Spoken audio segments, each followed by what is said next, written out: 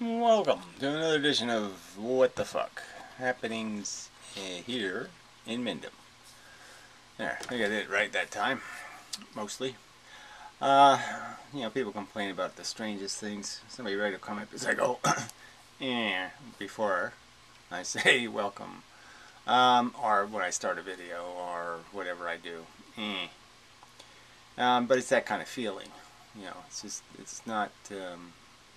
It's hard to fake enthusiasm for having to do this, and so that'll sort of be the subject of this video, I suppose. Well, there's been a whole long conversation between Piro and Holiday, and no suggestion at all that you waste any time at all watching any of his videos. It's just hours and hours of what Piro and Holiday do, which is just talk and talk and talk and say nothing that means anything. Ever. Arguing just, well, we can't talk about shoe size until we establish that brown is a subjective interpretation of a wavelength of light, and blah, and it's, what the fuck. Never mind. Their philosophies are so woven into so much, I need to be able to connect the dots into unicorns, or I need to connect the dots into reason why I don't have to take any responsibility for existence. So it's the nihilism versus the silver liningism or hopeism or whatever the fuck it is that Piro lives on. So then they get into this whole, butthurt whine fest where they just, I thought you were my friend. You're calling me stupid? And it's just, who can listen to this shit? Especially when it's all over the fact that both of them are retarded and incapable of articulating consistent thought. It just doesn't happen in their brains. There's no pre-thought, maybe, I don't know what it is, but there's no reasoned arguments.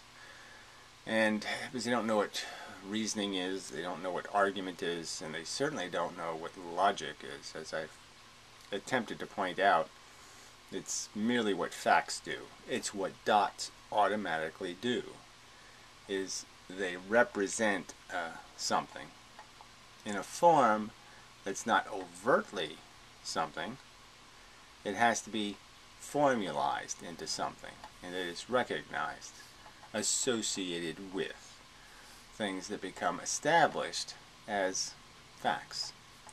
So by understanding relationships, you understand that dots have relationships, and that, distance, and that they can go left or they can go right, if you were to connect them, and you understand those simple principles, and then you run your modeling mind to see what can I recognize here, and you start recognizing pieces and elements of, two eyeballs.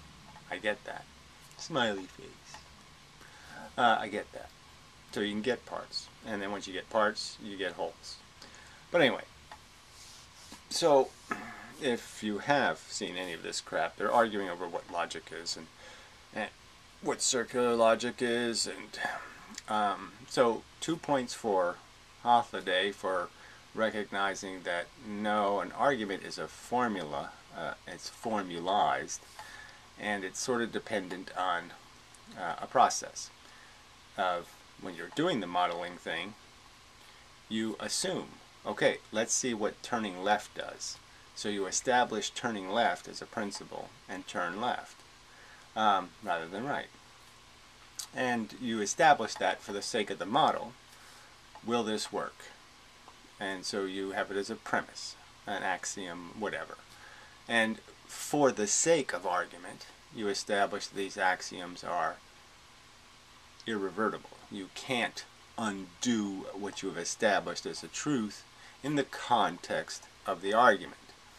Now, Pyrrho hates this rule, okay, and it means nothing to him as a principle. So if you do this thing of establishing axioms, and then in the argument you point out how it's two eyes and a smiley face, we know what's happening. We know it's coming. We know what it's not. It's lots of things that are not going to be two eyes and a smiley face.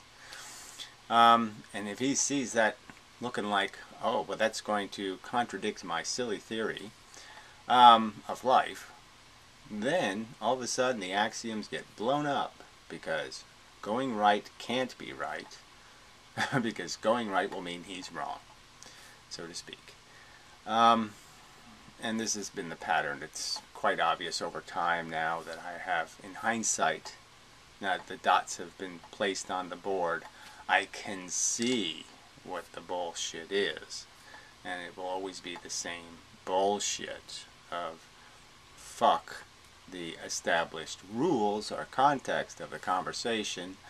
I'm an incessantly glib and silly person, and I will incessantly glib and silly on any useful conversation, because I don't choose to believe in anything if it in any way indicates my fundamental philosophy of glib, balloon-shaped like unicorn chasing is retarded. And it's retarded, and most conversations will, in some way or other, contradict his retarded life theory, because it's a retarded life theory. Yeah. So, yes. So anyway, so there's, I've had this conversation before about establishing what the, you have to draw a line somewhere with this whole friendship bullshit. And yes, his tits are much too small for me to cut him any slack, from a subjective, personal, selfish point of view. The line is going to get drawn a lot harder and a lot sooner than it will with somebody who might actually have some other feature that makes them interesting. And Pyrrho doesn't have any of those. He can't even construct a video where the video actually plays the audio in some way you can hear it, and all this other stuff. It's just totally obnoxious to the senses, and the content is obnoxious. So yes, I'm drawing my too stupid line. I have drawn it, and I've pointed it out and said there's just no point in interacting. It's just eating food and then throwing it up. I mean, it doesn't make any sense to me. He thinks this is fun. Principles are fun. Conflict is fun. Fighting for social justice. He's a big social justice warrior. He thinks this is fun. So yeah, that's how much you don't get it. Let's argue with rapists. It'd be fun. No, it won't be fun. Let's argue with idiots who like to pollute the water. Oh, it'd be fun. No, it's not going to be fun. It's going to be a fucking waste of my time that I shouldn't have to engage in, because people shouldn't be this fucking stupid. So on the Hotlodite side, it's even more insane in a way, because he actually understands that, yes, for the sake of argument, you have to establish these premises, but again, he doesn't accept that there are premises outside the scope of his idiotic notions that determinism means futility, that all conversation and edification of human beings never takes place. They don't have to rationally think about anything. They don't have to have conversation. They don't have to use time and argue. Yeah, they do. That's all part of the determinism. Newsflash. They have to spread the word, so to speak, before everybody picks up their pitchfork and charges the castle. They all have to make an argument. They have to persuade everybody that it might be worth dying for, and then they have to go do it. And all of that requires investment in the fact that, oh yeah, there's a difference between me doing that, getting my pitchfork, and not getting my pitchfork. Those two worlds are different worlds, and there's something at value that makes them different. The thing that, why are they different? Value difference. It's important. Yeah. So he doesn't understand that feelings are important. They're not something we're inevitably going to do, in the sense that Yes, there'll be an inevitable outcome, but the inevitable outcome only takes place if idiots are idiots. See, if smart people are smart people, then stupid doesn't happen. But if smart people are stupid, glib, idiotic, narcissistic nihilists, then stupid things will happen. Duh. The very fact that you have to argue this with this idiot, that we have no established premise, because frankly, I can't in the life of me, for the life of me, for every bit of life in me, understand any moronic philosophy founded on the fundamental premise that torture doesn't matter. Bring it on. Yeah, no. Too fucking retarded. By millions and billions of miles and light years. So there's no argument worth having in a premise that says I cannot possibly be allowed to see two eyeballs and a smiley face. I can't see qualia. And I certainly can't see it as a meaningful thing happening in the universe. Because it only happens to the dots. Some kind of bullshit like that. It only happens to the thoughts. It doesn't happen to things having the thoughts. Or things having the feelings. So anyway, I've already been over this argument that he's using this subtle bit of wordplay where he thinks because our feelings get associated with things in the world. I have a bad feeling and I associate, say, watching a woman getting tied to the railroad tracks and then decapitated by a train as repulsive and unpleasant, that somehow it's just a subjective, idiotic notion of some kind of biology. It's like getting an erection.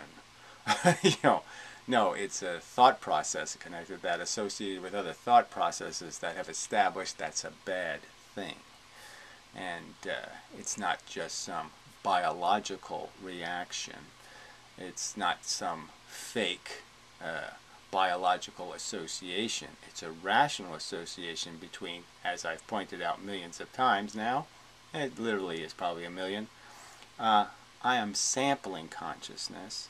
I know what feelings are, and as a factual logical statement I'm saying it's happening to the other things with the 100 billion neurons, and it's happening to the other things with 248,000 neurons. It in fact is happening. Very crude function, reward and punishment. The evolution found out it can squeeze your testicles a long time ago and make you do shit. And it doesn't work because of the squeezing. It works because of the pain, the unpleasantness associated with it. So that sort of brings up self-evident truth. The truths you acquire through tasting, through, hey, I did it. I stepped in the water. I know water is, let's call it wet, okay? Let's agree that wet, by definition, means what water is. See, that's a self-evident truth in the sense that we invented the word to describe the qualia of water. So it's obviously self-evident because the word was invented for the sole purpose of describing the qualia of the water. But the other self-evident truths would be the ones where you sample it, you do it, and you do it in some overtly way where it's just, hey, you can't misunderstand walking upstairs versus walking downstairs. Let's just say, as one of the axioms, you're not really misunderstanding. The gravity does work the same way every fucking time, never fails. No point in even discussing the fact that this is a wrong information or you've misinterpreted what happened or any of that bullshit.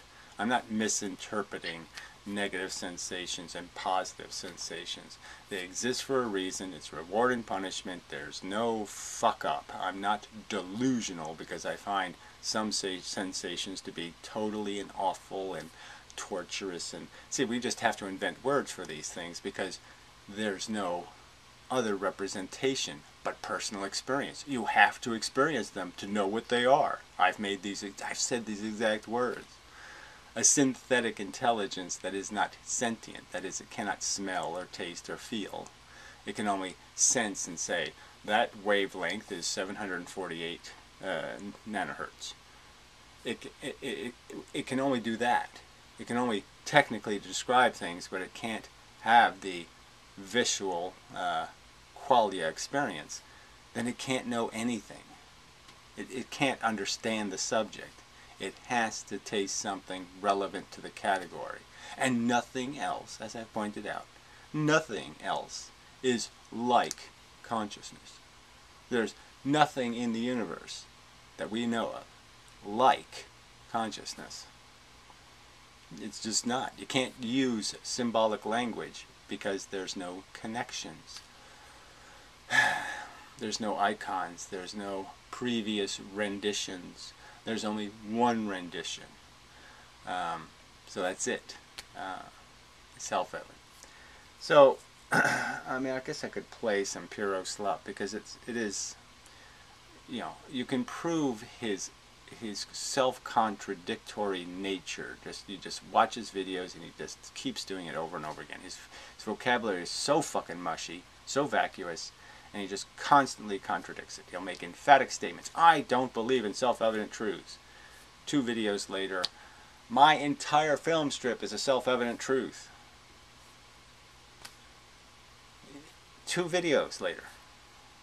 Which is sort of a long time because, yes, that's an hour and a half later, but I'm just saying, direct contradiction. Oh, no, you misunderstood my emphatic statement. I just meant I don't believe in any self-evident truths outside of everything I know. Yeah, okay. My fault. My bad. No, I don't think it was my bad. So maybe I'll play that part and other parts. But I want to re-emphasize the word glib. I did write down.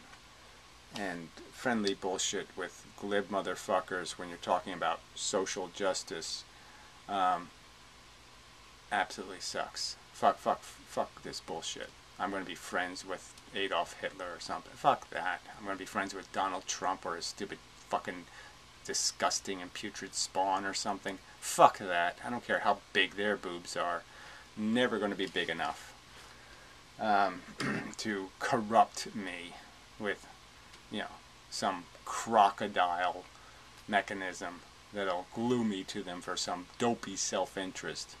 You know, you just can't bribe me with enough personal gain to take the social pain of what these assholes represent as a definition and as a cause of idiocracy. They are the cause of it, these fuckers evading reality and these fuckers chasing bullshit. Whether it's fear, holiday, or whether it's horny, Piro, doesn't matter. They're both selling out to nonsense. Yeah. Let's see, is there some other way to... oh yeah, he'll say things like there's, you know, Piro, that people can't handle being a hypocrite, essentially. They can't handle having no principles. It's just lawyers. That's all he wants to play. He wants to play, let's pretend we're lawyers. Let's pretend we are self-interested, social psychopaths, essentially, who are perfectly comfortable in letting evil loose because they're going to get paid to do it. And we should act that way in our lives. We should have the character of fucking shysters. And that's what Piro fundamentally is just a fucking shyster. Yeah, I don't do that. I'm not here to do that. And then they lie about what their motives are, which is another pile of shit, you know, as if they're not trying to defend positions. Turn right, because then it doesn't turn to a smiley's face. You know, make it a straight line. Don't connect the dots that way. Connect them with these fake dots over here, because then you can avoid seeing what it actually is. You know, that parameciums don't have anything called the brain, and that there's absolutely no evidence that there's any infrastructure in the universe that works as brain, or guess what? Biology would have capitalized on it. I mean, I made these simple arguments to Piro. He's conceded some of them. So let's say if I argue to you, people use microtubules, or they'll use whatever, quantum entanglement, or they use some kind of bullshit and say, oh, that's also like a brain. Now, if it was, evolution would use it. So our brains wouldn't be these giant things consuming like 100 watts. Well, let's say 70 watts an hour. Well, 70 watts all the time. Your brain is consuming a kind of a lot of energy, especially when you have to feed it, to do the energy thing. It's forcing your metabolism to degrade itself, to metabolize food, to process this, in their cases, glib nonsense. It's pretty expensive considering what we're producing, I would argue. But anyway, very expensive to run this thing, very expensive to protect it, very expensive to keep all the veins from popping and doing all kinds of stuff. Complex machine. Why would evolution waste all of these resources on this giant brain if there wasn't some necessity, in a sense, to do it this way, not the paramecium way?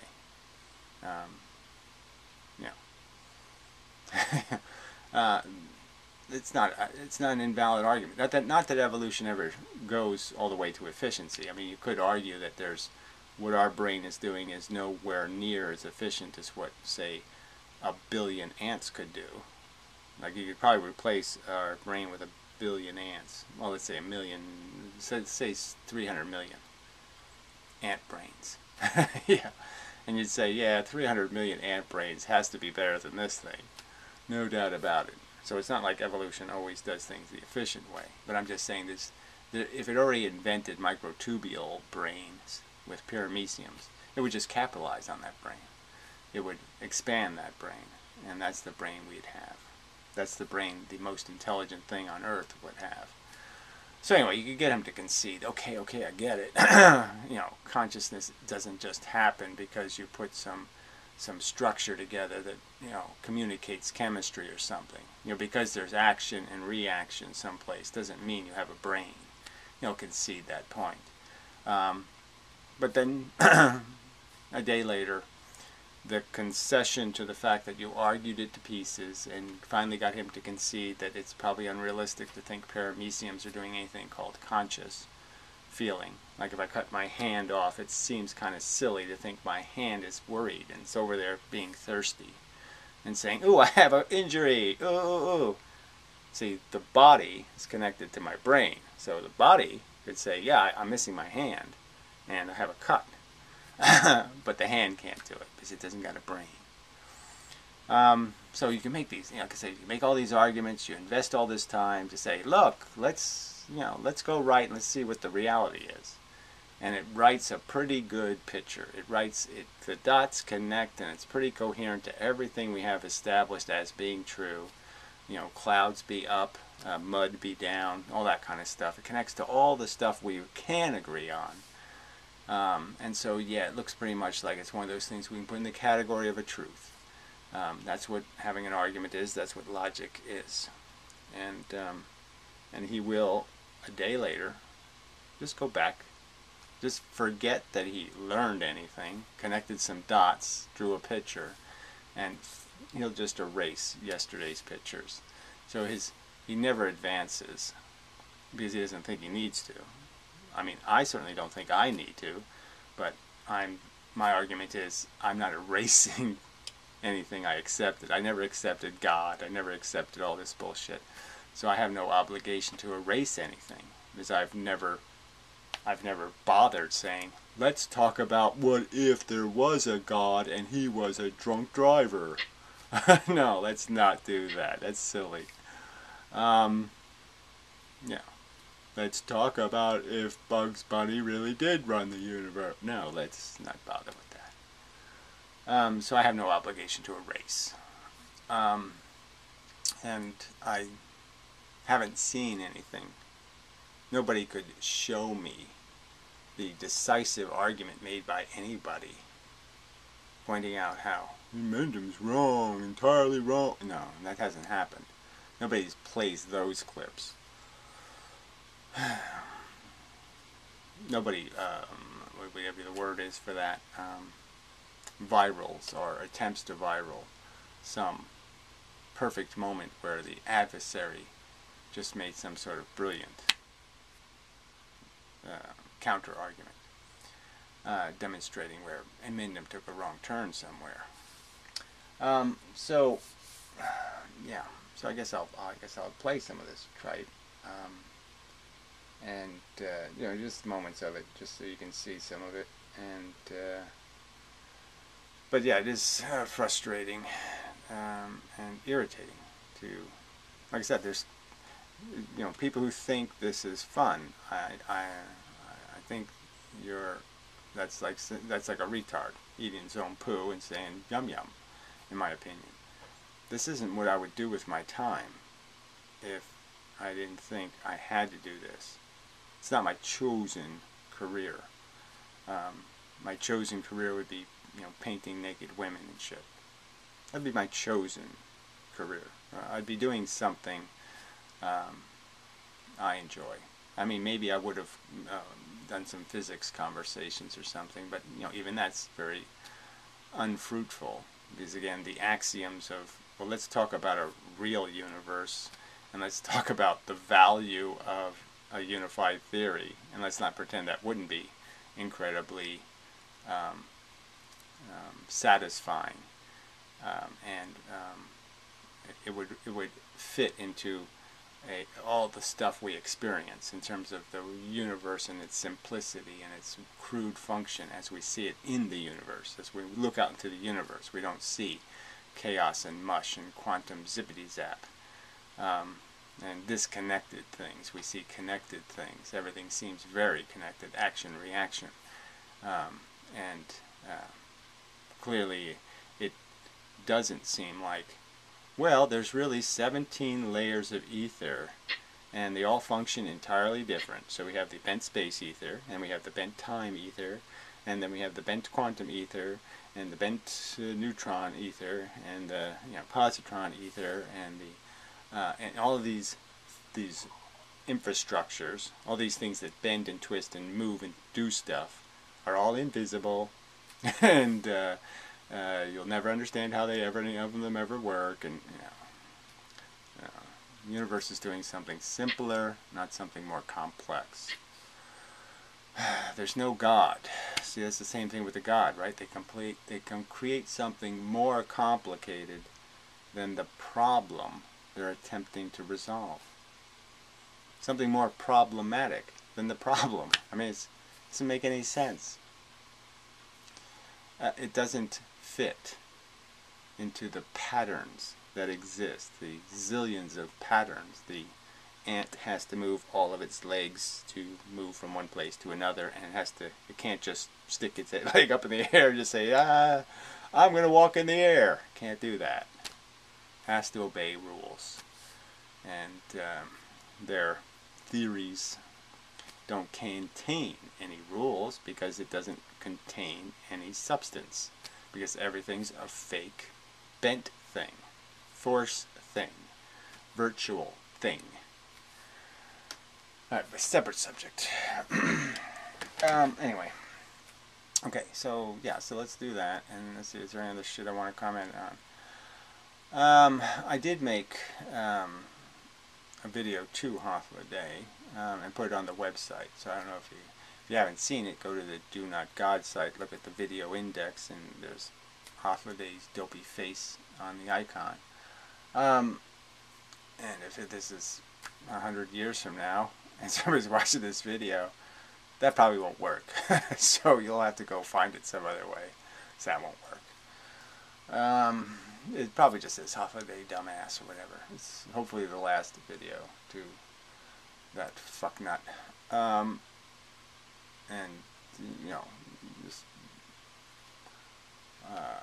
winnow myself off of this bad drug of idiot on the internet to converse with, just because they're here. So he has an argument I've been using lately, because that's all everything means anything to people. People are just obsessed with things that are here, remaining here.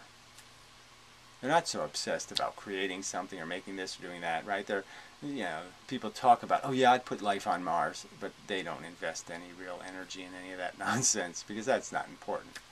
But if there was life on Mars, we'd have to keep it life on Mars, because everything has to stay the way it is. So it's I hate change personally, so I understand that reaction. But just understand that's all you're doing. You're just basically saying, I can deal with this if we don't change anything. But I can't deal with it if we change things. I don't like that. Something goes extinct. Oh my God, that's just horrible. I mean, it can't be rationally argued as horrible. It doesn't have any horrible consequence, but they think it's horrible. But that's a whole other subject too. You could just go on and on and on about that whole concept of, it just seems like it's the here-ness that matters. You know, there's a cat named Joe. And because the cat named Joe exists, they got to keep it alive. Because, oh, I got to feel for the cat, and it's struggling, and it's fighting, and it's doing all. Yeah, it could also do it if I just make a new cat and call it Jerry. It could do the same damn thing. So as soon as Joe gets expensive, like starts consuming $10,000 a year, okay, that's what we're paying for medicine. Some asshole left a comment, you know, ragging on me because I'm not for an insanely stupid universal healthcare system. I mean, I'm for some universal healthcare, but I'm also for not thinking human beings are worth $1 million. And that's what we have. We have the $1 million, $6 Million Man TV show. Yeah, well, we're doing the $1 Million Man thing. And there ain't no man on this planet worth no $1 million. There ain't no woman. So it's not happening. You're way too full of yourselves, thinking that you can piss away $10,000 per person per year, running these dopey machines, and you haven't done anything yet. That's $10,000 off the top. Too much, way too much, way too expensive for such shitty machines. That's what I would argue. Who's going to pay for it? Nobody wants to pay for it. So yeah, that's why I'm against this, because no one's paying for it. They're borrowing their children's money to pay for it. They're putting debt on a credit card to pay for this preposterously expensive indulgence of saying, I'm here and I must remain here. Even if I'm going to die and it's just a preposterous waste of money, waste the money, because I'm here and I must stay here. I understand the feeling. I mean, I have the feeling. I have the I'm here feeling and I should be here. But it's a feeling. It's a notion. It's not rational. Except in the cases like me, where you could argue the world needs me. I'm actually am important. I don't want to be, but I actually am, unfortunately. Because you're all fucking idiots, and somebody has to explain it to you and try to rub your nose in the idiocracy and say, no, bad, bad, no. Do not do idiocracy, you dumb fuck. Do not leave that shit in the living room. Okay.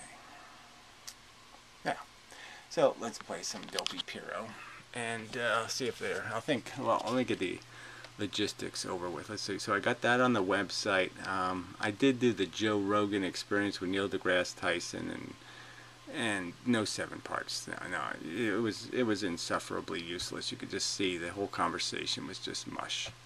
They were not going to get to anything important.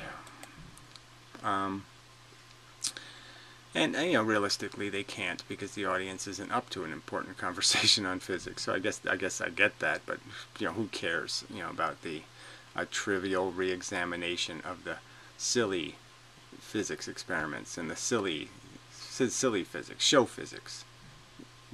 Been there, done that. I don't need another lesson in show physics. All right. So I guess this was part 3, cognition, he calls it. Huh. That's a joke. Somewhere around here. I think it was the 14 mark, but we'll just say this is close enough. Let's see if it'll play, though. That'll be the trick. We can state their actions as self-evident truths, but if they come from experience or not. See, that's what we're debating. I would like you to... So Pyro, Haas had to say, we state our axioms. And then Pyro says, that's what we're debating. No, that's logic. You have to play it as a model. You have to build the pinball machine to allow the pinball play to happen. So you build it with bumpers in certain places, and then you evaluate whether this is a good roll. but you have to build it. And you can't just play a game like, well, all the axioms that we agree on are our personal life experience. No, well, yes, we can agree that we're both having a personal experience, but none of the elements of our frames are at all exactly the same or even similar enough. I mean, even if we both go to Disneyland, we're both going to go there in a different condition. I might go there when I'm 7, you'll go there when you're 15. Be a different experience altogether. You know, you're chasing girls, I'm just going to chase something else, blah, blah, blah, something like that. It's a different experience. So there's no point in having a conversation where you don't understand what arguing requires and what the competition of models involves. We make different models based on establishing a framework and then arguing within the framework. You have to stay within the framework, period. And as soon as you break the frame by saying, I don't want to play anymore, fuck you, I'm going home because your logic's annoying me, your establishment of a premise truth, then the conversation is dead, because the real thing is what you're trying to do is test a truth model. That's it. And you can't do the test fair if every time it looks like the petri dish is growing something you don't want to see, you knock it off the table and then pretend you're the adult. Bullshit. Please try to understand, and I would like to help you understand, that this is what I'm denying and what we're debating. You said we assume are self-evident truths. For the sake of argument, it's established that these will be the truths, the confines of the conversation. And if you don't like these premises and you're just playing this game for some glib reason, then just tell me right from the start that these don't mean anything to you, that the established axioms are not true, and therefore, why am I bothering with this? Because even if I convince you of my argument that this model works and your model sucks based on these axioms, if you don't believe in the axioms with any sincerity or haven't agreed to them with any sincerity, I've just wasted my fucking time, because you're going to use the crap from the outside that isn't established or agreed upon to say, this changes everything. There's another dot that you haven't accounted for. You're going to put something else in the model to break the connected dots. I don't. I think the idea of a self-evident truth is an abysmal affront to the concept of knowledge itself. Right. So the fact that water is wet is an affront to logic itself. The fact that I would argue you have to sample consciousness to be able to in any way understand it as dots. You can't see the dots of consciousness without sampling it. You can't know of them, you can't put them in the right place, you can't have any hope of connecting them because they can't exist unless you sample it. That's a self-evident truth. It's self-evident truth. Most of the things that we say are connected to a bad feeling. A bad feeling is a self-evident truth. You can't convert it into anything else. You experience the bad feeling. You experience the good feeling. It is self-evident. It is self-describing. The feeling has the quality that is the essence of the words, good and bad. We probably wouldn't have the words good and bad if bad feelings didn't exist and good feelings didn't exist. If those things didn't exist, I would argue the word good and bad wouldn't exist. It's ridiculous. So that's the emphatic statement. Later, like I said, completely retracted. No, everything in the film strip is self-evident. I mean, self-proving. They argued over whether you say self-evident or self-proving. But everything in the film strip is self-proving. No. The fact that you have one, see, that's when he was right. The fact that you are a feeling thing, that's self-evident. You're doing it. You're tasting it. You're tasting. Okay, I know that doesn't overtly sound incredibly insightful, but it is. You're tasting, tasting. You're seeing, seeing. You're feeling, feeling. A lot smarter than you think. Self-evident truths are so unsatisfactory that I've spent decades of my life thinking over other ways to look at things. Exactly. So this is the reveal, okay? I mean, he finds it unsatisfactory that the world's this rigid, cold, brutal place where these horrible facts exist that we have to incorporate into our drawing of reality. He wants to draw 2 dots and a smiley face, and that's it. No hideous, portrait of Darian Gray reality attached to it. He wants to take all the reality out and just keep the 2 little dots and a smiley face. And that's his life work. Childish mush. And what I came up with is a perception-based data processing model. A mushy model where I get to turn everything into, abstractions and pretend that there's no cold, hard fact. There's no hard image of brutal fact where both of our narratives can't possibly render it into something else. Torture, for example, or something. No, there's lots of those. And those are the facts, and those are the facts we have to incorporate into our silly story of what it is to be one of these babbling, farting gas bags of bullshit. I don't believe there are self-proving truths. I think that's a fantasy. Right, okay. I mean, like I said, I could just play his video, 2 videos from this one saying everything in there is self-evident.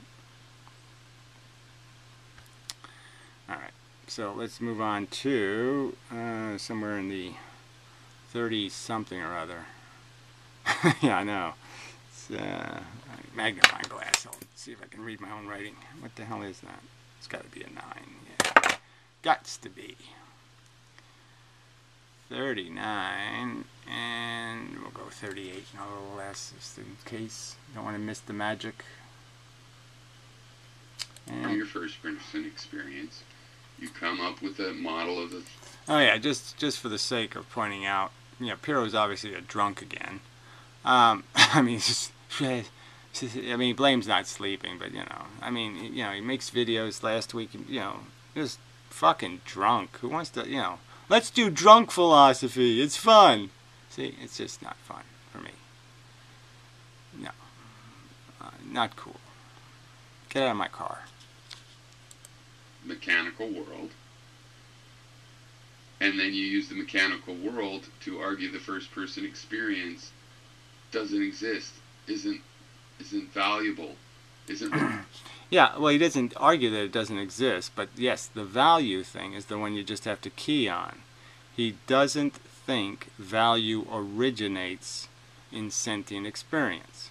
And so you have to make that argument. I have made the argument as clearly as I can make it in the sense that I'm saying I'm conscious, and there's nothing about my consciousness that says somehow I'm being fooled and duped, and torture is really fun, and fun is really torture.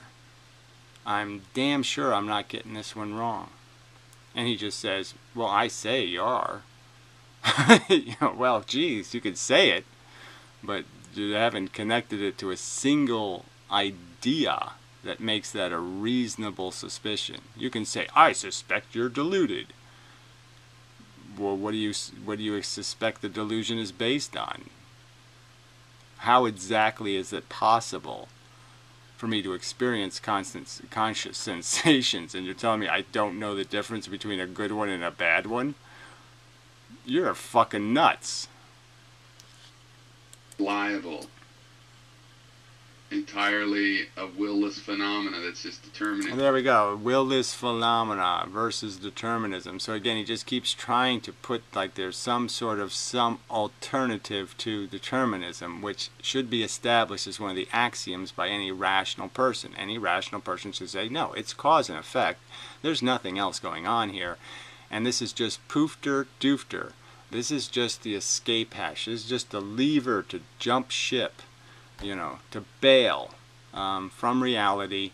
And that's all this is because if it's deterministic, then he has to establish the narrow confines of the conversation, and it's not going to have any fun unicorn riding in it anymore. And he doesn't like that. He makes a sad face. It's nothing like what it seems. You use your mechanical model to argue against the data that you use to create the mechanical model. And even if you think that's... Again, that's not entirely what Hofstadter is doing. He's only negating one piece of data. The one piece of data he's negating is that conscious experience is the generator of value. He thinks value is something the human being does in terms of saying, I think your negative feelings have value. Now, when that's the only part he associates with value. He doesn't say we recognize value. He says we create it by declarations, by saying something. Not by experiencing something, but by saying something. So I need to tell you whether you suffer. If you're a little rabbit in space and your little legs are hacked off, I need to show up to tell the rabbit bad is happening. Because it's not happening till I show up and declare it. That's his idiotic failure. That's it. Just one failure, but it's a colossal. It breaks all connect the dot logic. You can't connect any dots rationally if you get the difference between torture and fun wrong. If you don't get that right, you're fucked doing anything called reasoning.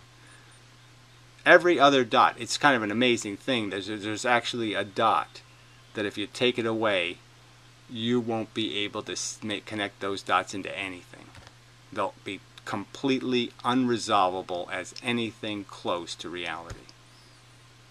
But it's true. Because the metaphor of connecting dots is just a metaphor. The reality doesn't work that way. The reality works, there are some facts, there are some dots that have a gravity of importance and significance that's huge, the volume. So some dots in reality, some facts are gigantic. And most of the dots are trivial by comparison. And the gigantic fact in the room is feelings matter. Experience has value. In and of itself, the quality of it is the nature of value. If nothing could be harmed, if nothing could feel pain, if nothing could feel torment, there would not be a conversation about anything, ever. Because nothing could matter. The entire forest of matter grows out of the dirt of sensation. That I'm wrong in that. You should be able to wrap your head around what I'm saying. Yes, he really should be able to wrap his head around the stupid thing you're saying, which is this stupid thing where let's establish as an axiom that all of reality is going to be defined by my silly narrative. And so we'll never have a conversation outside of me having a million axioms. Not the established axioms, but I have a million of them to resort to, and all of them are abstract pieces of shit, which means I will not say anything emphatically, except with the right to completely contradict myself 10 minutes later. Something like that. That's right. Okay, so enough of this moosh, and we'll move on to the last and not leasty bit.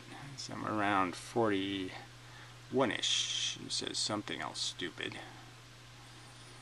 least it seemed very stupid yesterday. Oh, we're almost there anyway, so let's let it roll, baby. Oh, no, we're not.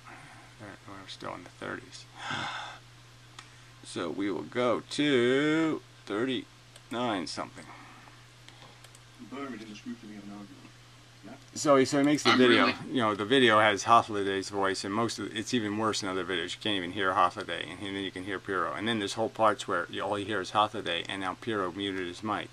I mean, just, you know, as bad as the content is itself, being totally useless, he presents it in these fucking idiotic videos that he never seems to fix.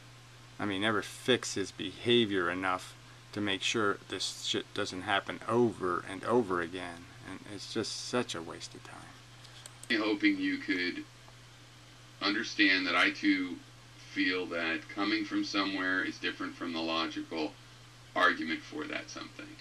Where Coming from somewhere is different than the logical argument for this. Yes, well, there's a technical arguments, and that's all. We have to make technically careful arguments, because clearly, as you demonstrate, if you give you an inch, you'll take a mile. So any fuzziness I leave, you will start petting it, and, you know, pouring water on it, trying to grow your own whatever that shit was called. What are those little fucking animal things that you plants and your own pedophile? I don't know what it was called. I can't remember what the hell that shit was. But anyway, you'll do that crap. Where that argument came from is not the same assembly as the argument itself. I agree. It's just that the argument itself is formulated with these as the evidence. You can't use those as the evidence. That's the whole point. The only way you have to reconstruct your narrative into statements that aren't abstract, in the sense that they are perfectly recognizable to the other person, so you can establish what you're talking about. If we just say, I don't know, if you just say elephant, and then what you're really saying is green pygmy elephant, you know, I have no, it's going to be a very different conversation, right? I mean, when you're talking about big giant elephants, and then you're talking about little green pygmy elephants, now the conversation is obviously going to have weird dots in it, because you're arguing for something that's not my understanding. So anything you pull from your I saw the video, or I read the book, or whatever, you have to establish that, oh yeah, when I read the book I was a little bit drunk, so yeah, the chick in the book was a lot hotter. You know, because even when you're reading drunk, you know, they're always a lot hotter. And, you know, than reality, somehow you know. So, yeah, I get you. Okay, so we just have to say she was moderately attractive, because, yeah, when I read the book I was drunk, so, fuck yeah, my judgment was a little bit fucked up. So you have to establish that, you have to combine the abstractions, and you have to qualify them into a rationally established sentencery, a definition, where the definitions are hard. You can't fuck with them. And he fucks with every definition. He fucks every word, and he sees a word, he sees it as a twitching anus, and attempts to insert his... he just cannot play fair with words. He can't understand that they need to be rigid and careful. And he just won't play that. And so there's no game. Like, I'm a scientist, I did an experiment. These is the evidence. Yeah, and these is the evidence. My experiment was, I went outside and I poked a bug with a stick, and it went, and that means I know what it feels, I know what it is, I know it's got thirsty, and I know it did the, you know, I rubbed a leaf and I could see a bruise, and so I know it was going ouch, ouch, ouch. You know, these are your interpretation of an experiment. You're not talking about the experiment you did. You're not talking about how weak your actual evidence for anything is. You're just saying, I did the experiment, I conclude parameciums will and want and desire and hope they'll be able to get a house with a nice picket fence, and that, you know, your projections are not anything close to a conveyed understanding. Your vocabulary is entirely broken. And when people like me attempt to point this out to you, that you can't just use the word in any rational, logical conversation. You can't use words. Lots of words are difficult. Infinity, random, and spontaneous. Lots of words that are very fuzzy. You have to be very careful in using them. And as I pointed out, the word living thing is a very dangerous word, because the structure of living things on planet Earth are entirely different on this planet. I mean, there are single-cell organism versus multicellular organism with consciousness. Fundamentally different platform. Not even close to, not running the same operating system. It's not the same hardware. It's a completely different device, fundamentally. That has to be understood. You can't just say life form in any kind of intelligent conversation without making a distinction between the things that are made of living things and the things that are living things. In a sense, we're full of homunculuses, the cells that make us up.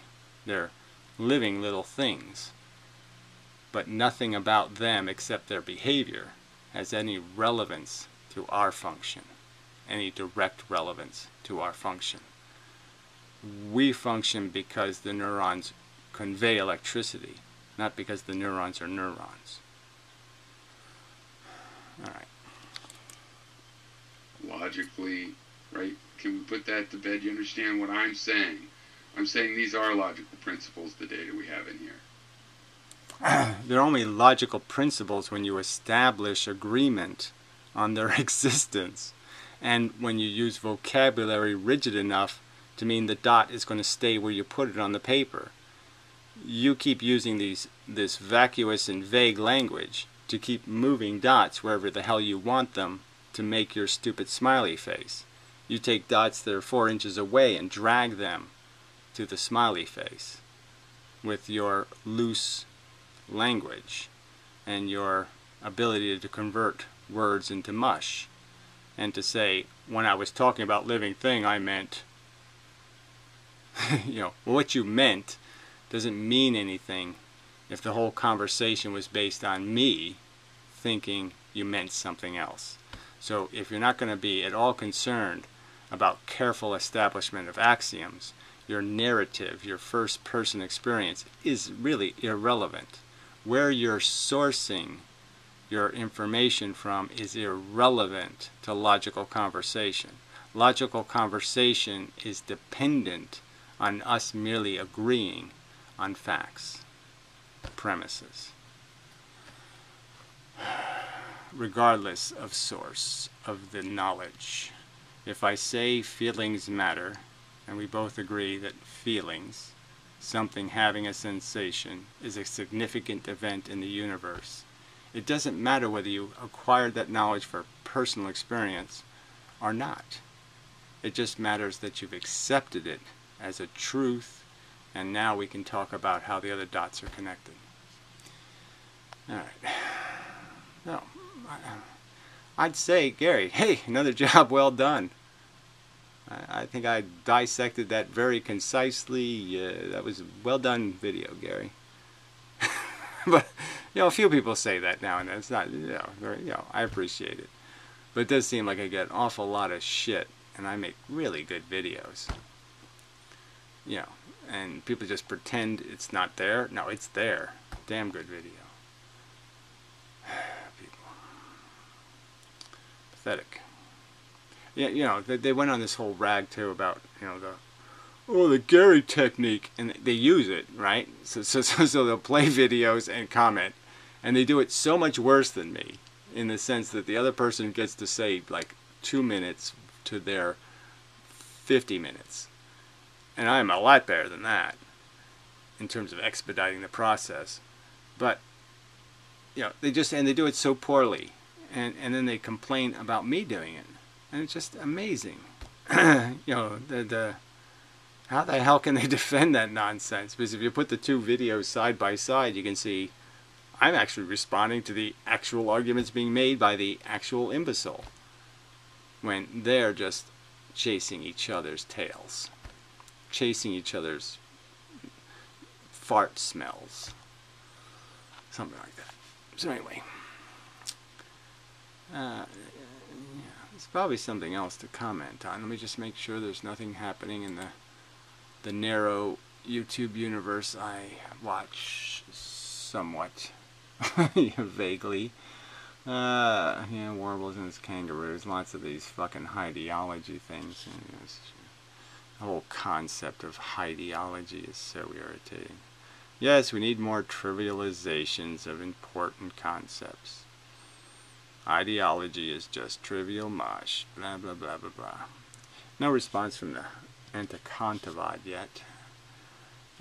Maybe he's not going to, but, he requested argument, and I made the argument, so we'll see what happens. Anyway. The bug guy has been posting a couple of videos. He had one firefly larvae. Really an amazingly horrific little bug, in terms of its function and look. It's kind of funny how, you'd kind of say just because like fireflies have this really neat thing and they're doing this whole chemical fluorescence thing and it's really interesting, and so you'd say, oh, I bet the rest of their life is really totally uninteresting. No, but it was a larvae. They're totally bizarre also. So that is kind of neat when that kind of stuff happens. So anyway, alright, I think I'm done here. So another week and time flying and such. So yeah, I have so much to do. I want to do some physics experiments. I got all this work to do. I got all this, just so much stuff. So busy times and such. Till the next time, and such.